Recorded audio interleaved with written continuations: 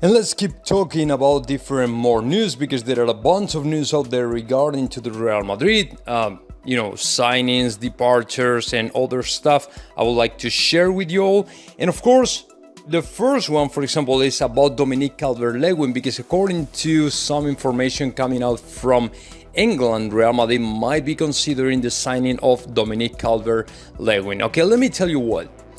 Dominic Calvert-Lewin is a very good player. He's a forward from Everton who has scored about 21 goals in 39 games, but it's the same situation, it's the same thing with James Rodriguez.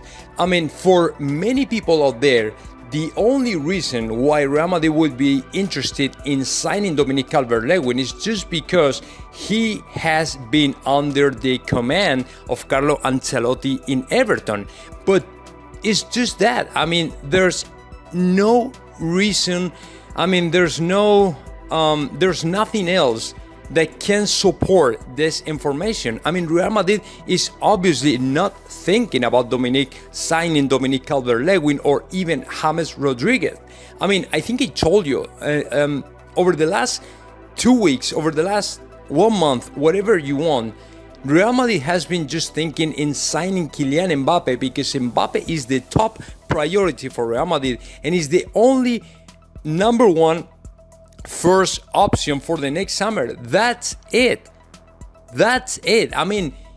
I might be open to consider that other players like Manuel Locatelli or even Spinazzola might arrive Real Madrid this summer, but when it comes to the attack, when it comes to forwarders, in my opinion, there's no point to keep rumoring about different players, different signings, Dominic Calvert-Lewin or even Andre Silva or, even Lautaro Martinez. There's no point. For Real Madrid, there's only one forwarder in the loop, and that one is Kylian Mbappe. That's it. Dominic Calvert-Lewin is a very good player, but doesn't mean that Real Madrid will go ahead and try to sign him just because he was, working together with Carlo Ancelotti. There's no point. It's the same thing with James Rodriguez. So, in my opinion, y'all should be ruling out this possibility because I don't think that by any means Real Madrid will go ahead and sign this player because furthermore, is a very expensive player. That would be about 50 to 60 million for Real Madrid. So with that money that we can get, potentially we could get from Rafa Varane sale, that would be for another center back. That's it. But not for more forwarders or things like that. So you all can forget about Dominic Calvert-Lewin because in my opinion, he won't sign for Real Madrid. Same thing with James Rodriguez. So it's pretty much the same thing. So let's move on. And let's keep talking about another Real Madrid player that doesn't really know what is going to happen with him next year. But of course, in my opinion, he won't be any longer a part of Real Madrid. I'm talking about Luka Jovic because according to the latest information that we have, Luka Jovic will be on the market this summer. And actually, Real Madrid is expecting that Eintracht Frankfurt to launch a kind of offer for the Serbian player this summer, but the German team has another problem, and it's Andre Silva. Until they don't know what is going to happen with Andre Silva, because it is expected to be sold to any other team in Europe. He has been very attached to Atletico de Madrid and also even Real Madrid. Until Andre Silva doesn't leave Eintracht Frankfurt, I don't think that the German team is willing to sit down and negotiate for Luka Jovic. I know that Eintracht Frankfurt would be okay signing back to Luka Jovic, but for now, there's no room for them to sign Luka Jovic because even the price of Luka Jovic being a little bit lower than the price that Real Madrid had to pay to Eintracht Frankfurt 2 years ago, that it was 60 million euros, they might be getting the player back for as little as maybe 30 million or something like that, but it's still super expensive for a team that really, has to sell all their players beforehand. You know what I'm saying? So if Andres Silva leaves Eintracht Frankfurt, then they might go ahead and try to sign Luka Jovic. But of course, although it's the first option for Real Madrid to sell Luka Jovic to Eintracht de Frankfurt, they will be open to any other team, for example, from Italy, to sign to the Serbian player. So whoever it is, what is pretty sure is that Luka Jovic will be on the market in the next summer. So let's keep talking about more stuff regarding to Real Madrid.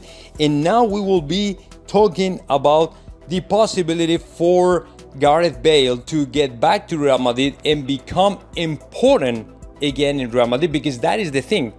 So let me tell you what. Yesterday, Gareth Bale was asked about that again in the press conference. He was asked about, are you training? Are you getting ready for get back to Real Madrid and be ready for Ancelotti? And he said, yeah, there's no other way for me to go, because I'm a player of Real Madrid. I still belong to Real Madrid, and I have to get back right after the European Championship is over. So.